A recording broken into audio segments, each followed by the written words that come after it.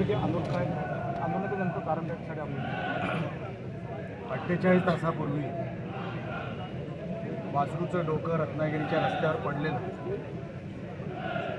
त्याच्यानंतर गोरक्षक जमले, हिंदू समाज जमला, पोलीस स्टेशनमध्ये तक्रार घेऊन गेला.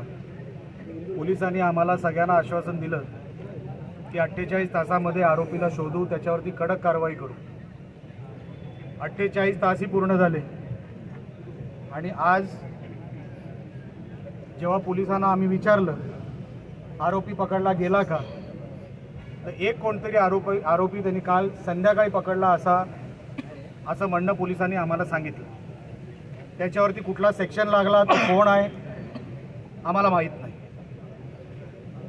कारण का 2 दिवसामध्ये अशा अफवा आल्या, काही डिजिटल मीडियामध्ये पण अशा अफवा आल्या की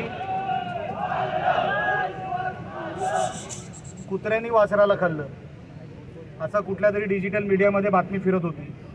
आम्ही पोलिसांना विचारलं, जो कोण तुम्ही पकडलाय तो कुत्रा पकडलाय की माणूस पकडलाय, तो अगोदर स्पष्ट करा. पोलीस नाव सांगायला तयार नाही. तुम्ही हजर का केला नाही आम्ही विचारलं तर अजून हजर केलेला नाही. 48 तास झालेले आहेत. आम्ही आंदोलन करणार हे पोलिसांना माहीत होतं, हे आंदोलन उग्र होणार हेही पोलिसांना माहीत होतं. आम्ही नुसतं आश्वासनावर थांबणार नव्हतं हेही पोलिसांना माहीत होतं. तरी इतका वेळ, जेवढा वेळ पोलीस प्रशासन हिंदू समाजाला रस्त्यावर बसवतोय, लक्षात ठेवा इथे थांबणार नाही. ऐसा वणवा लागणार, पोलिसांनी लक्षात ठेवावं. हे इकडे थांबणार नाही. कोणाचा तरी दबाव असेल तर पोलिसांनी आम्हाला सांगावं, आम्ही पोलिसांबरोबर उभे राहू. पण कोणतरी इकडे कोण व्यापार करतोय मागच्या किती वर्षापासून, एक कोणतरी मुसलमान बलबले नावाचा इकडे, तो साला इकडे 5-6 वर्षापासून इकडे ओपन व्यापार करतोय.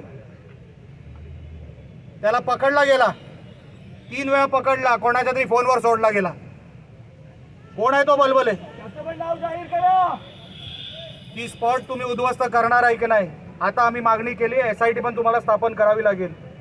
आणि ज्याला पकडलाय त्याला आत्ताच्या आत्ता तुम्ही कोर्टात हजर करा, ही आमची मागणी आहे. तोपर्यंत याच्यातला एकही हिंदू बांधव इथून हलणार नाही, ही आमची मागणी आम्ही पोलिसांसमोर ठेवलेली.